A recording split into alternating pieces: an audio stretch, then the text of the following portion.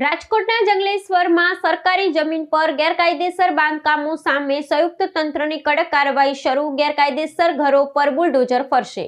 રાજકોટ શહેરના જંગલેશ્વર વિસ્તારમાં સરકારી જમીન પર ઊભા કરાયેલા ગેરકાયદેસર બાંધકામો સામે સત્તાવાળાઓ દ્વારા કડક કાર્યવાહીની શરૂઆત કરવામાં આવી છે। મહાનગરપાલિકા પોલીસ વિભાગ અને કલેક્ટર તંત્ર દ્વારા સંયુક્તપણે ગેરકાયદેસર રહેણાંક એકમો ધરાવતા લોકોને નોટિસ ફટકારવામાં આવી છે। જાહેર માલિકીની જમીન પરના ગેરકાયદેસર ઘરો પર ટૂંક સમયમાં બુલડોઝર ફેરવી દબાણ હટાવવાની કામગીરી શરૂ કરવામાં આવશે।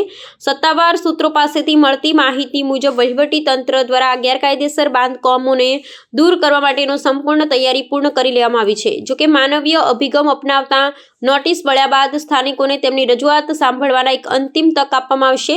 આ પછી પણ જો બાંધકામ દૂર નહીં થાય તો તંત્ર દ્વારા કડક વલણ અપનાવી દબાણ હટાવવાની કાર્યવાહી કરવામાં આવશે।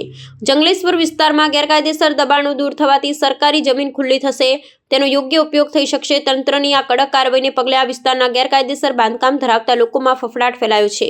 સત્તાવાળાઓનો સ્પષ્ટ સંદેશ છે કે ભવિષ્યમાં પણ સરકારી જમીન પર કોઈ પણ પ્રકારનું ગેરકાયદેસર દબાણ ચલાવી લેવામાં આવશે નહીં અને તેની સામે નિયમ મુજબ પગલાં લેવામાં આવશે।